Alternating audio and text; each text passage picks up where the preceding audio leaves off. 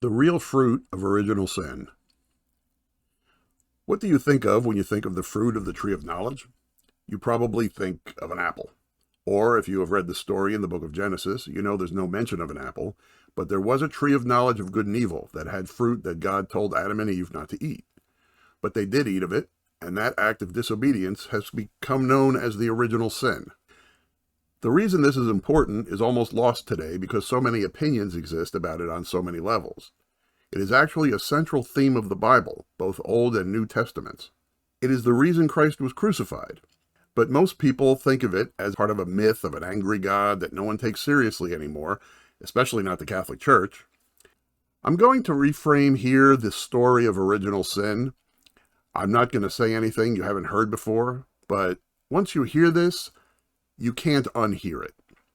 You'll understand why original sin remains the most important point of the Bible and why you need to care about it. It is the thread that holds the entire narrative together. It is the reason for the Bible. The real question isn't what was the fruit of the tree of knowledge. The real question is what was the fruit of the eating of the tree of knowledge? What was the consequence? The immediate consequence was that God pronounced curses on the three main actors, Adam and Eve and the serpent. To Adam, God says, "Cursed is the earth and thy work. With labor and toil shalt thou eat thereof all the days of thy life." He exiled Adam and Eve from the garden, and he even blocked the entrance with cherubim and a flaming sword that turned in every direction. From this point in the narrative, we learn the histories of the early descendants of Adam and Eve. We go through the narratives of the flood, of the Tower of Babel, and we keep going until we get to Abram. Abram gets on in years, but still has no children with Sarai, his wife, and he asks God to allow him to make his servant Eliezer his heir. But it says, "Immediately the word of the Lord came to him, saying, He shall not be thy heir, but he that shalt come out of thy bowels, him shalt thou have for thy heir." God then promises the land of Canaan to Abram, and to confirm it, he has him make some sacrifices. And when the sun was setting, a deep sleep fell upon Abram, and a great and darksome horror seized upon him. And it was said unto him, "Know thou beforehand that thy seed shall be a stranger in a land not their own, and they shall bring them under bondage, and afflict them 400 years. This is a continuation of the consequence of original sin. We're supposed to recognize that. But this isn't just a plot device, a trick to remember the stories. They are important, and they're meant to be recognized and discussed by fathers and sons, not in terms of whether this or that verse belongs in the J thread or the E thread, but in terms of what defines a moral man versus an immoral man. So when Joseph's true identity is revealed to his brothers, they and Jacob and everyone in the tribe come into Egypt and live there. The book of Genesis ends, and there's a vague sense of a return to paradise. They're in the land of plenty, thanks to Joseph and his dream interpretations, and they settle there. Except that God didn't promise them Egypt, he promised them Canaan. That's another important point. When the Israelites later wander in the wilderness, they complain and ask to return to Egypt, but that was never the plan.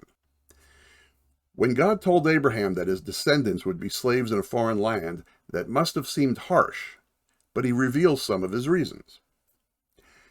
He will judge the nation which they shall serve, meaning Egypt, and in the promised land they will be the punishment for the locals, because the iniquities of the Amorites are not at the full. There are 10 local tribes of Canaan that God will judge for iniquities, and their punishment will come from Joshua and the returning Israelites. With the opening of the book of Exodus, the children of Israel multiply until there arose a new king over Egypt that knew not Joseph, and the people are made slaves. Again, this is a continuation of the consequence of original sin.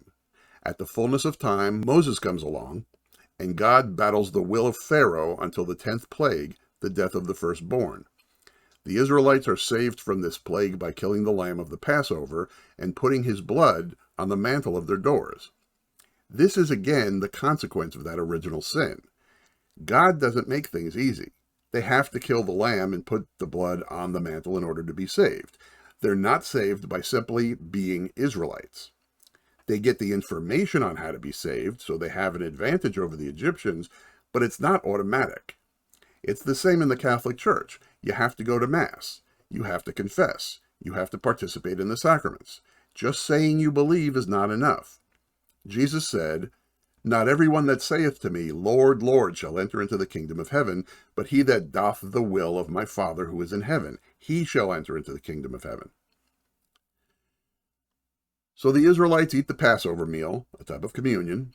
They escape the charioteers by crossing through the Red Sea, a type of baptism, and they go to the mountain that Moses originally went to, and on which he spoke to God in the burning bush, which is in Midian, which is in modern-day Saudi Arabia. And Moses goes up the mountain, and he's up there for 40 days and 40 nights. And yes, we're supposed to remember the flood, because while he's up there, the people fall into sin like they did in Noah's day. And God gives to Moses the law. And what does the law do? Here it comes. It teaches them the knowledge of good and evil. This is the consequence, the fruit of the eating of the fruit, if you will. This is the central event of the books of Moses. It is what we refer to when we say the Old Testament. That testament between God and man, the way for man to escape the punishment for original sin, is by adhering to the law. Now, fast forward.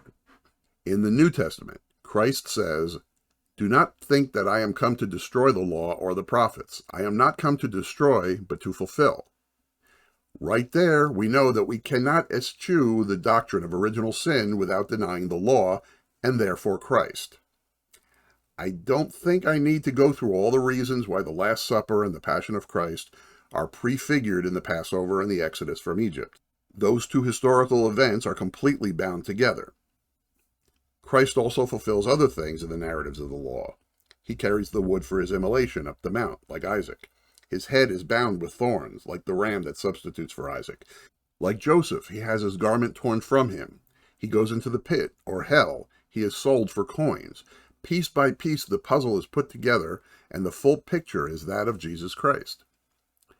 Finally, Christ came to fulfill the law by taking on himself the punishment due to us for breaking the law, even though he didn't break the law. But that doesn't abrogate the law. It means we must have faith that Christ did fulfill it, that he did take the punishment due to us, and by consuming his body and blood at the holy sacrifice of the Mass, we eat of the tree of life. We allow ourselves to be grafted onto it. We are saved from being lost by literally being made members of the body of Christ. This is why we can't surrender the doctrine of original sin just because the secular world is convinced that evolution is the sole creator. That begs the question, and they either don't know it or don't admit it. Their system excludes God as even a possibility, then they tell us, see, we've proven there's no God. It doesn't work that way.